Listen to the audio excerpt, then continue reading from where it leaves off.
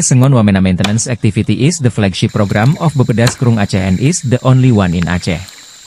The Sengon Wamena Seed Garden Maintenance Activity consists of 21 plots, 88 families with a planting distance of 2.2 meters by 3 meters with 4 repetitions.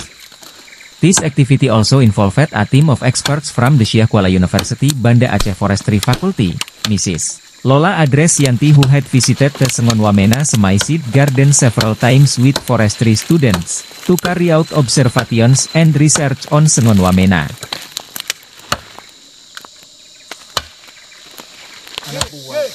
Anak buah pak, bayun, aku mana di nak,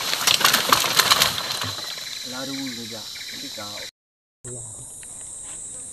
Sekjen pertanian nah. Nak kena jadi nah bro. Ada kena jadi nah sekjen pertanian dan pertanian Muhammad.